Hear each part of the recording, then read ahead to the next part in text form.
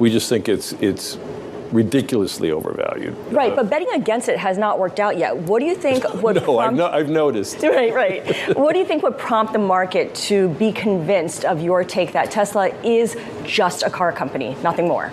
Well, again, the Tesla story keeps changing. I'm a little bit bemused, having followed the company as long as we've been following it, that Tesla sort of admitted just recently in its full self-driving effort that it had been pursuing sort of the wrong avenue for 7 years, and that it's now going to a different type of software development for the next iteration of full self-driving beta.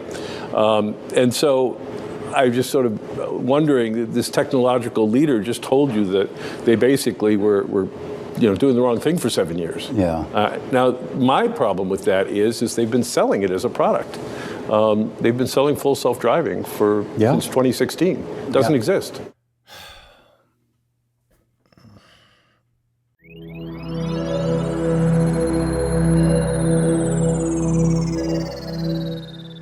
Hey y'all, it's Dr. Know-It-All. As you could tell, I was left rather speechless by Jim Chanos' comments about Tesla. And today I want to talk about just how much Jim Chanos does not get it and how much Gene Munster from Deepwater Asset Management really does get it. So let's begin with a post from Sawyer Merritt and then a response from Elon Musk. On September 14th, Sawyer Merritt said, "News, Jim Chanos says he still has an active short against Tesla stock. And I believe that he actually removed the short for a period of time and has reshorted the stock, which seems completely insane to me." And Elon's response to this post is an instant classic. Jim Thanos, not Chanos, Jim Thanos needs to stop snapping his gloves on his own investments, LOL. So this normally doesn't happen, but I actually did the thumbnail before I even recorded this video because I thought that was so brilliant that he said Jim Thanos, and I'm now going to refer to Jim Chanos as Jim Thanos from now on, since he's really good at evaporating half of his capital. So specifically what I want to touch on is the fact that Jim talks about how Tesla, he can't believe that Tesla admitted that they were barking up the wrong tree for the last 7 years in terms of AI and development of full self-driving. What this shows me is that he really doesn't understand fundamental research and development at all. So this is an area where I do have some degree of expertise because of course I teach at a university, and one of my main jobs is to do research, to find out new things that haven't been done before. And of course with my company Artomatic.io, I'm actually doing research on new things and developing those into products. So I actually have really good insight into how R&D works, and that's just sort of been my life, for my entire career. And the fundamental thing about R&D is that you do go up a lot of blind alleys. I always use that metaphor of being in the woods in the dark trying to find your way out. You keep bonking your head on tree limbs, you keep stubbing your toes on roots, you keep getting lost, you don't know where you're going. Until you actually get to the answer, you don't know what that answer is, and you don't have a really good way of finding out what that is. And there's really not much of a way to make that process more efficient. You just keep working on it until you figure it out. And so Tesla, by admitting that they're changing tax a little bit here, and no, it's not nearly as big as what Jim is talking about in that clip. He says that they're completely redoing the software development and all that kind of stuff. That's not really true. What they're doing is they're moving towards a solution that I think all of them thought was going to be a ways in the future at this point. And that, of course, is an end-to-end world model where the computer is training itself. It's learning from watching videos and paying attention to what drivers do to figure out from scratch its own sort of language or grammar of the universe, of 3D space, of reality.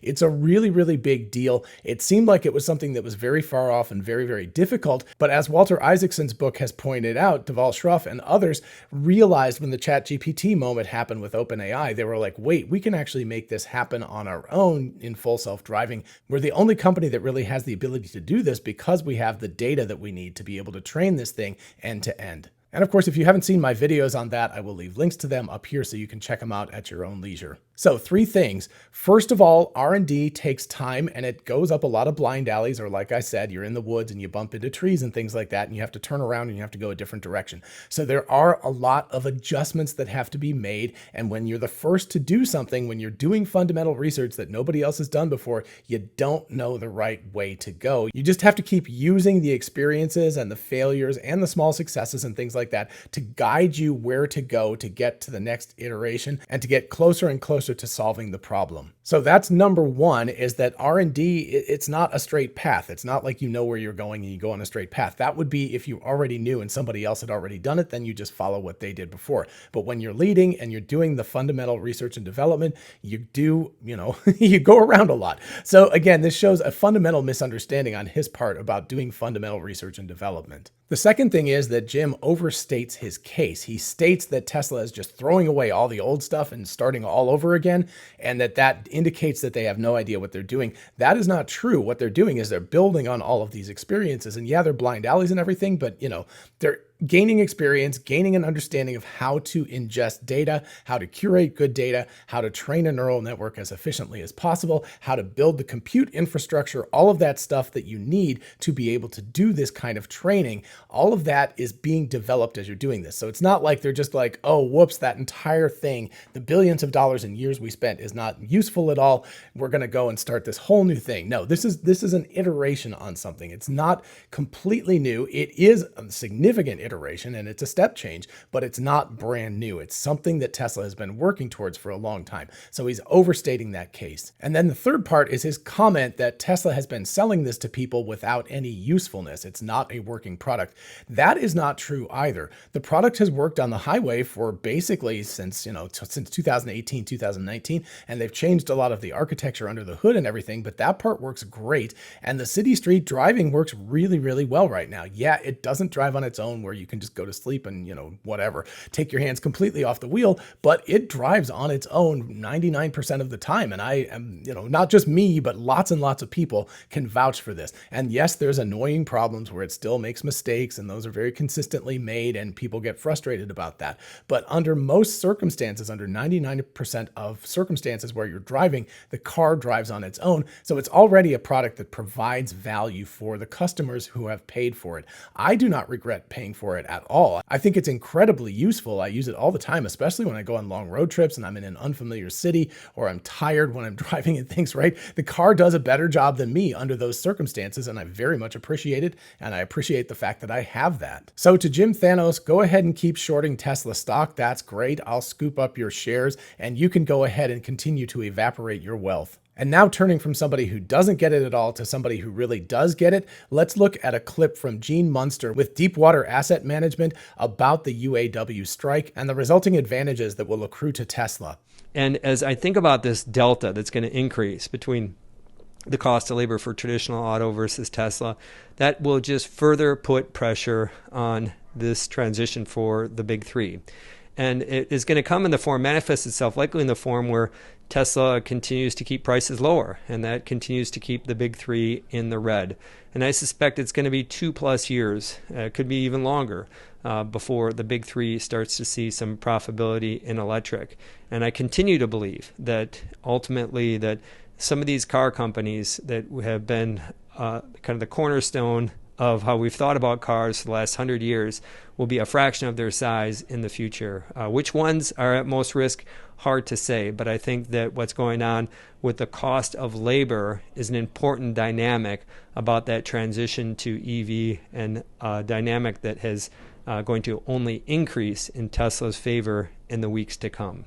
So this is right at the end of about a 5-minute video, and of course I will leave links to all this stuff in the description so you can check them out at your own leisure. But Gene touches on the fact that the United Auto Workers strike that's going on right now, has just started up, is going to negatively affect the big three auto players, and that is actually hugely to the advantage of Tesla, because not only during the strike and the disruption is there an advantage, but assuming that there's a, say, 25 or 30% pay raise for workers for the big three auto manufacturers, this means that production costs go up for all of them, which is not the right time for any of these companies. These companies are in big trouble. And listen, I don't want to say anything disparaging about unions. I don't want to say anything disparaging about, the common person trying to get their share. But the problem right now is, just like with the writer strike and the actor strike in Hollywood, right at the time when you see AI starting to disrupt movies and movie writing and all of that kind of stuff, not a great time to strike. I don't believe this is a great time to strike for the UAW or definitely for the companies,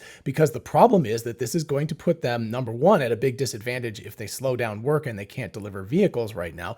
Obviously, that puts them at a disadvantage. But as Andrew Perkins, who's been on this channel before, said to me, this actually might be a little bit of a silver lining for these companies because they might be able to hide behind the strike for a way of getting rid of some of that channel stuffing. Because one of the things that's happened is that there hasn't been enough demand, so dealerships are just getting completely stuffed with all of the vehicles from these companies because of the high interest rates, because of high, costs, because of a lot of issues. And of course, we were going to reach a crux at some point where it was going to be impossible for dealers to keep buying vehicles because they were just going to run out of room and money to do so. So this may actually help them out a little bit because we'll get the strike as an excuse to clear some of this inventory out. So I can actually see this in the short term being to these companies' slight advantage, at least from a PR standpoint, not from a real fundamental standpoint, but from a PR standpoint. But here's the thing, if this strike goes on for any extended period of time, this means that these companies are not going to be able to produce vehicles at the rate that they normally do, which means that eventually we're going to get back to a shortage of vehicles. And then of course, longer term, if we look at labor costs going up by a significant amount,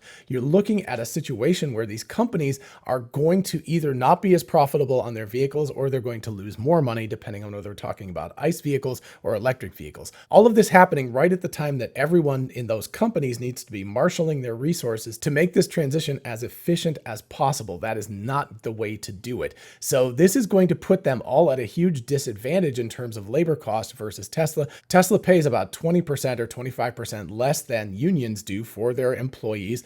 They do have good stock option packages and things like that, so they do have other advantages, but they don't pay as much money as union factories, and therefore they have a big advantage in this area. And this got me thinking about my childhood growing up and playing tennis and how tennis coaches would always say, you need to have a killer instinct. I never personally had that. I had a really hard time finishing off other people when I was winning. I'd get nervous. I'd feel bad for them, all of that kind of stuff. But really, really good tennis players and really good competitive companies and CEOs, etc., have this killer instinct. When they see a weak opponent, they go for the jugular. They try to kill them.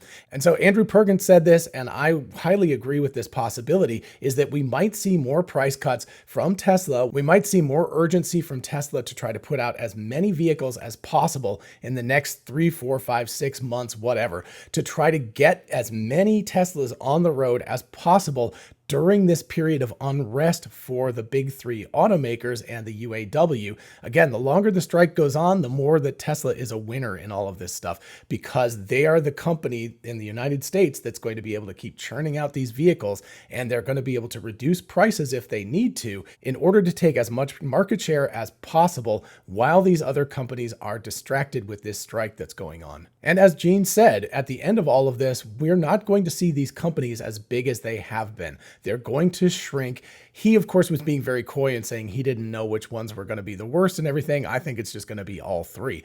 All of them are going to shrink in size. And I actually recently tweeted out that people are going to talk to their kids in 15 years about the big one automaker in the United States, and that's going to be Tesla. There's going to be Tesla. It's going to be a behemoth. It's going to be the auto manufacturer in the United States, and these other companies are just going to be ghosts of their former selves. They may merge. They probably will still be alive because they'll get bailed out or something like that, but they're going to produce maybe 1 million cars a year each, as opposed to like 5 or 7 or 10 million like they are now. And I really see Tesla taking aim at these companies and saying like, aha, we have got them where we want them. They're all distracted. They're all bleeding money right now. Let's just step on the jugular and try to finish them off as quickly as possible. And yes, I know Elon Musk talks about helping out these companies as much as possible publicly, but I think what he wants to do is he wants to transition the world to sustainable energy, which means electric vehicle transportation. And these companies are not moving that quickly towards EV transportation.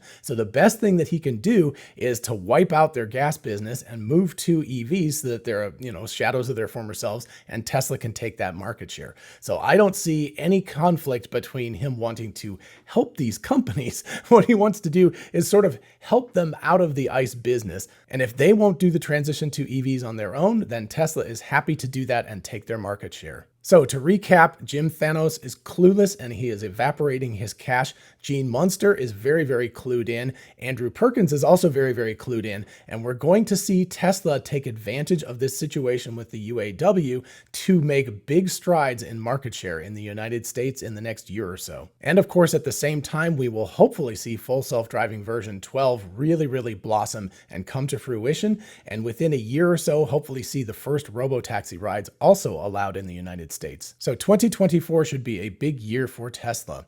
All right, I hope you enjoyed this episode and found it fun and interesting and thought-provoking. If you did, please do like it so other people can find it. And of course, consider subscribing for more of this kind of content. As always, a huge shout out to my patrons on Patreon, my YouTube channel members, and of course, my ex-subscribers. Thank you all so much for supporting the channel in any way that you can. And of course, if you want to join any of the teams, just check out the links in the description. And if you're interested in a whole bunch of really cool merch, check out our merch store. Link is in the description. We have TeslaBot t-shirts, the Tesla meme t-shirt, Success is a Possible Outcome, 4680 battery cells. All of that stuff is on t-shirts, mugs, tumblers, and on and on. So check it out. And finally, don't forget we are both Tesla and Amazon affiliates. If you look in the description, you can see how going shopping for a Tesla, a solar roof, a Powerwall, or anything on Amazon helps out the channel. In the meantime, I'll see you in the next one. Bye-bye.